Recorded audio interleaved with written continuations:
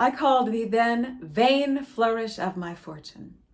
I called thee then poor shadow, painted queen, the presentation of but what I was, the flattering index of a direful pageant, one heaved high to be hurled down below, a mother only mocked with two fair babes, a dream of what thou wast, a garish flag to be the aim of every dangerous shot, a sign of dignity, a breath, a bubble, a queen in jest, only to fill the scene.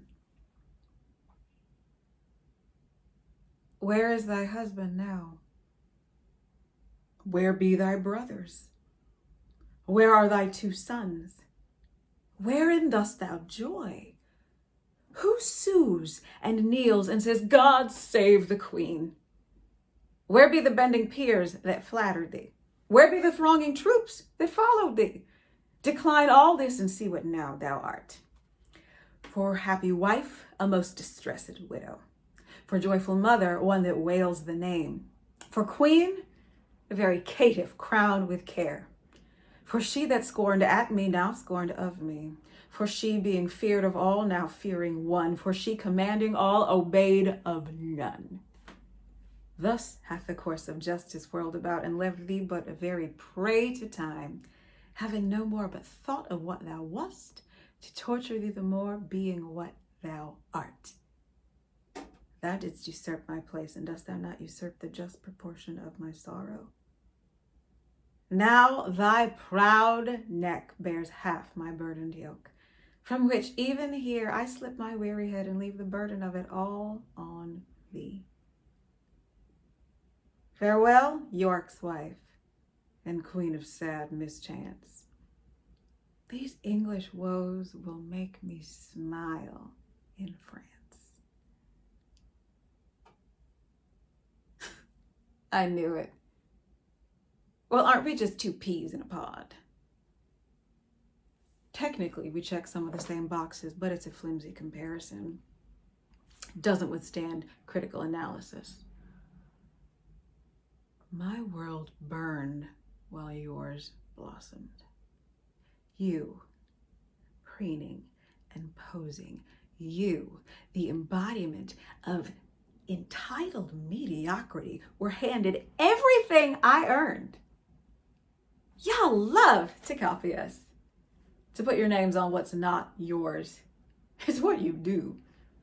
It's what you've always done. Then, one day, some small sliver of justice. I finally got something I prayed for. You wanted what I had, you got it. You and yours learned suffering. They're gone. Everything's gone. Dead husband, dead sibling, dead children, no position and no power. And what are we without them? That fucking dog plundered you, and now you think we're the same. I have known that all skin folk ain't kinfolk. What the hell would I want with you? You have my sympathy, but not my empathy. I excelled. I was essential and exceptional. You were decorative. I sat at the table and made decisions, waged war. You smiled and waved. It's more painful losing something you worked for. I was never handed anything. We are not the same. Welcome to being big, mad, and sick and tired. Careful trying to walk in my shoes, though. Your feet will bleed, and I won't carry you. This she-wolf is done carrying other people's burdens. I'm tired. I'm out of thoughts and prayers, and I told you so.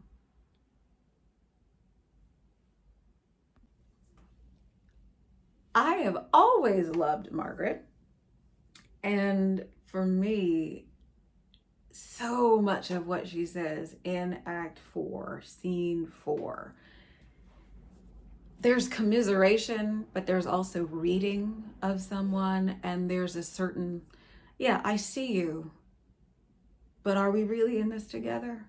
Think about your role in this. Think about your complicity. And then she washes her hands of it. She says her piece and then she leaves. And just well done, Margaret. Get your rest, girl. Thank you.